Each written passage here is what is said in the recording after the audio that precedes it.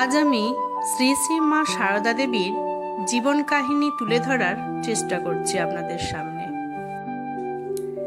শ্রী শ্রী মা সারদা দেবী জন্মগ্রহণ করেন 1853 খ্রিস্টাব্দের 22শে ডিসেম্বর, 7ই পৌষ 1260 বঙ্গাব্দ, পশ্চিমবঙ্গের জয়রামবাটি গ্রামে।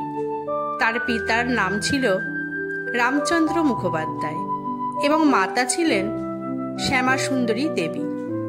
শৈশব থেকেই তিনি ছিলেন অতি শান্ত, লাজুক, সহনশীলা ও ভক্তিপূর্ণ।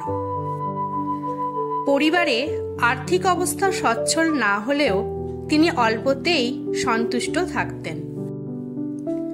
1859 সালে মাত্র 6 বছর বয়সে সারদামণি দেবীর বিবাহ হয়েছিল কামারপুকুরের তরুণ গদাধর চট্টোপাধ্যায়ের সাথে, যিনি পরবর্তীতে বিশ্ববিখ্যাত শ্রী শ্রী রামকৃষ্ণদেব নামে পরিচিত হন।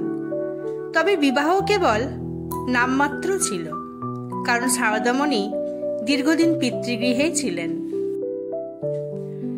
প্রায় 18 বছর বয়সে সারদামণি স্বামীর কাছে দক্ষিণেশ্বরে যান। তখন রামকৃষ্ণদেব গভীর সাধনায় নিমগ্ন। শ্রী মা এসে তার জীবনের সঙ্গিনী হলেও শ্রী রামকৃষ্ণদেব তাকে সংসারী জীবনে টানেননি, বরং তাকে দেবী রূপে সম্মান করে বলেছিলেন, যে শক্তি আমাকে ধারণ করে আছে সেই শক্তিই তুমি।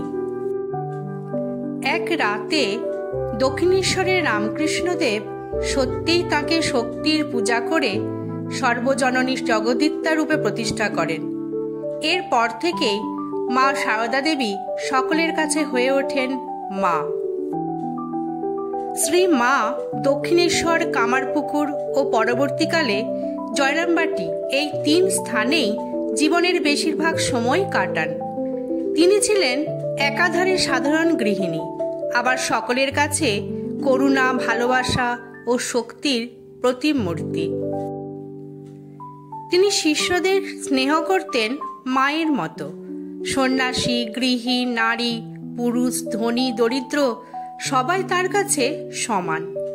একবার তিনি বলেছিলেন, আমি মা, আমি সকলের মা। শ্রী রামকৃষ্ণদেব মহাসমাধি লাভের পরে শ্রী মা সারদা দেবী রামকৃষ্ণ মঠ ও মিশনের ভক্ত সন্ন্যাসীদের মা হিসাবেই থেকে যান।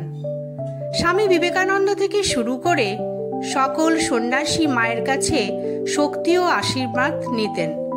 বেলুড় মঠ প্রতিষ্ঠার পর ভক্ত ও সন্ন্যাসীদের কাছে মায়ের ভূমিকা হয়ে ওঠে অবিস্মরণীয়। শ্রী শ্রী মা সারদা দেবী সকলকে সহনশীলতা, ক্ষমাশীলতা, প্রেম ও ঈশ্বর বিশ্বাসে শিক্ষা দিয়েছেন। তিনি বলেছেন, শান্তিতে থেকো, কারো দোষ দেখো না, আমি তোমাদের মা, নির্ভয়ে থেকো, পুত্র সবকিছু সহ্য করো। 1920 সালের 21শে জুলাই প্রাতঃকালে জয়রামবাটিতে মা সারদা দেবী মহাপ্রয়াণ করেন। তখন তার বয়স ছিল মাত্র 66 বছর। তাকে বেলুড় মঠে সমাধিস্থ করা হয়। আজ সারা বিশ্বে শ্রী শ্রী মা সারদা দেবী ভক্ত জননী, বিশ্ব জননী রূপে পূজিতা। তার সরল অথচ গভীর জীবনবাণী কোটি কোটি মানুষকে শান্তি ও শক্তি দেয়। তিনি প্রমাণ করেছেন, নারী শুধুই সংসারের সীমাবদ্ধ গৃহিণী নন, তিনি সমস্ত জগৎকে মাতৃত্বের স্নেহে ধারণ করতে পারেন।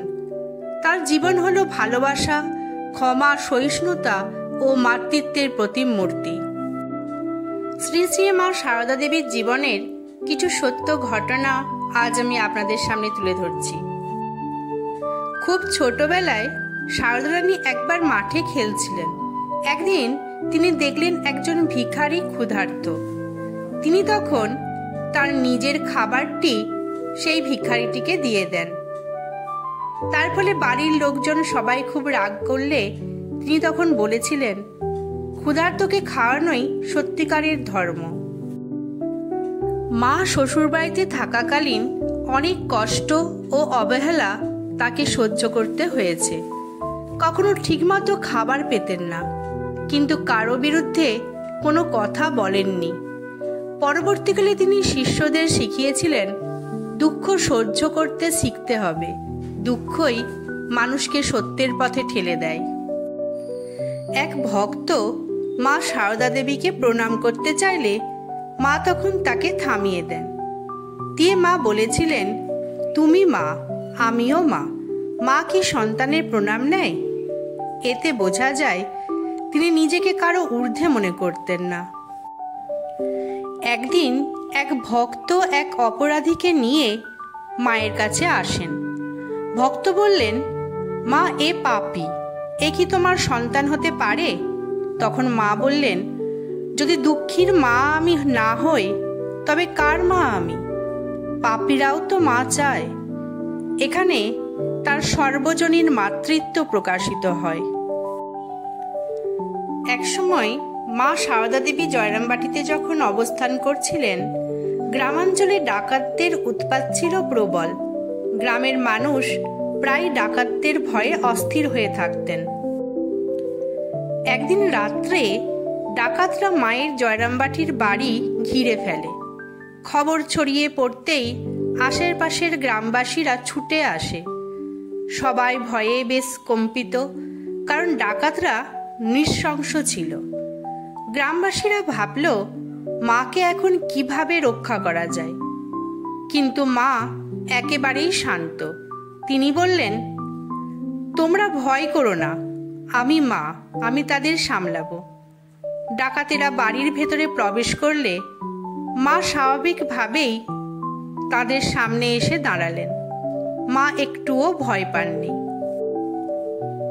মায়ের শান্ত, দয়াময়, মাতৃত্বময় মুখ দেখে ডাকাতদের মনে এক অদ্ভুত পরিবর্তন হলো। তারা লজ্জিত হলো। তখন মা তাদের বললেন, তোমরা খেতে এসেছো, বসো, আমি তোমাদের খাবার দিই। তারপর মা তাদের জন্য ভাত তরকারি যা ছিল তাই রেঁধে দিলেন। ডাকাতেরা অবাক হয়ে গেল। মায়ের মাতৃত্বময় ব্যবহার ও নির্ভীক শান্ত স্বভাব তাদের হৃদয় গলিয়ে দিল। খাবার খাওয়ার পর ডাকাতেরা মাথা নত করে বলল, মা, আমরা বড় পাপ করেছি। আজ থেকে আমরা তোমার সন্তান। তোমার গায়ে হাত দেব না, তোমার গ্রামেও কখনো আর ডাকাতি করব না।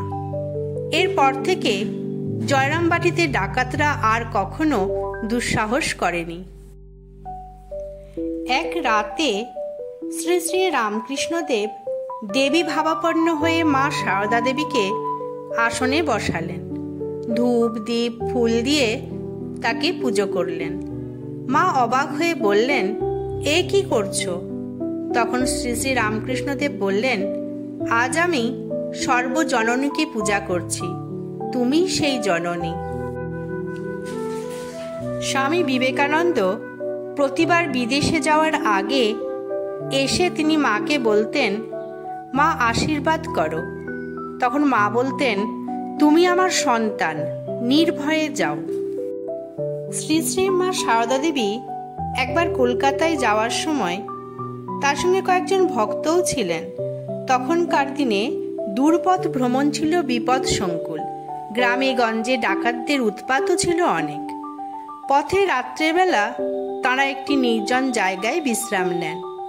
ঠিক সেই সময় হঠাৎ কিছু ভালিয়া ডাকাত, মানে একটি বিখ্যাত ডাকাত দল, তার নেতা ছিলেন ভালিয়া, তাদের ঘিরে ধরে। তারা মায়ের দলের কাছ থেকে টাকা পয়সা অলংকার যা কিছু ছিল সব ছিনিয়ে নিতে চাইল। ভক্তরা ভয়ে কাঁপছিল, কিন্তু মা সারদা দেবী ছিলেন সম্পূর্ণ শান্ত, অচঞ্চল। মা নিজে ডাকাত দলের নেতার সামনে এগিয়ে এসে বললেন, বাবা, তোমরা যদি দরকারের কিছু নাও আমি কিছু বলবো না, তবে আমি তোমাদের মা, আমার ছেলেদের ভয় দেখিও না। মায়ের কোমল অথচ দৃঢ় কণ্ঠস্বর শুনে ডাকাতরা হতভম্ব হয়ে গেল। তারা বুঝতে পারল ইনি কোনো সাধারণ নারী নন। নেতা ভালিয়া ডাকাত নিজের মনে ভাবল, এ যেন সত্যিই মা, দেবী মূর্তি। ডাকাতরা তখন আর কিছুই নিতে পারল না, বরং নেতা ভালিয়া ডাকাত মায়ের পায়ে লুটিয়ে পড়ে ক্ষমা চাইতে লাগলো। সে বলল, মা, আমরা তো অজ্ঞানী দুঃখী মানুষ, পেটের দায়ে এই পাপ করেছি, তুমি আমাদের ক্ষমা করো। মা স্নেহ ভরে তার মাথায় হাত রেখে বললেন, বাবা, আর অন্যায় করো না, পরিশ্রম করে উপার্জন করো, তাহলেই প্রকৃত সুখ পাবে। সেই ঘটনার পর ভালিয়া ডাকাত সত্যিই বদলে গিয়েছিল। সে আর ডাকাতি করে না, বরং সৎ পথে জীবিকা নির্বাহ করেছিল এবং মা সারদা দেবীর অশেষ কৃপা ও দয়ার স্মৃতি তার জীবনের মোড় ঘুরিয়ে দিয়েছিল। শ্রী শ্রী মা সারদা দেবী মানুষকে কখনো ঘৃণা করেননি। ডাকাতকেও তিনি নিজের সন্তান ভেবে মাতৃস্নেহে উপদেশ দিয়েছেন। তার কাছে পাপী পুণ্যবান, ভদ্র অভদ্র সবার জন্য দরজা ছিল সমান খোলা। আমার ভিডিওটি আপনাদের কেমন লাগলো অবশ্যই একটি কমেন্ট করে জানাবেন। ধন্যবাদ।